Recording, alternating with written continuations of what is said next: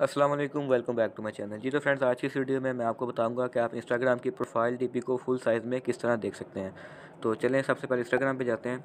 Instagram पे जाने के बाद आपने वो आईडी सर्च कर लेनी है जिसकी आपने प्रोफाइल देखनी है, प्रोफाइल पिक्चर देखनी है। तो मैं अपने दोस्त की देख रहा हूँ जिसका नाम है द कबीर मुगल।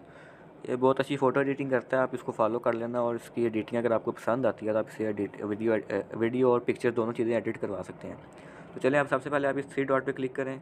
उसके बाद आपने ये कॉपी यूआरएल पे क्लिक करना है। बस यहाँ पे इंस्टाग्राम पे काम इतना ही है। इसके बाद इंस्टाग्राम को कर देना है बंद।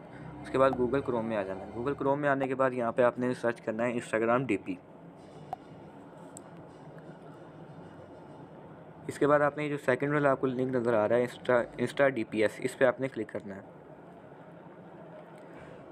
यहाँ पे क्लिक करने के बाद ये एंटर यूज़र नेम पे आपने ये यूआरएल कॉपी कर देना है। लेकिन सारा यूआरएल कॉपी नहीं करना, सिर्फ जो उसमें आईडी का नाम है आपने उसको रहने देना है।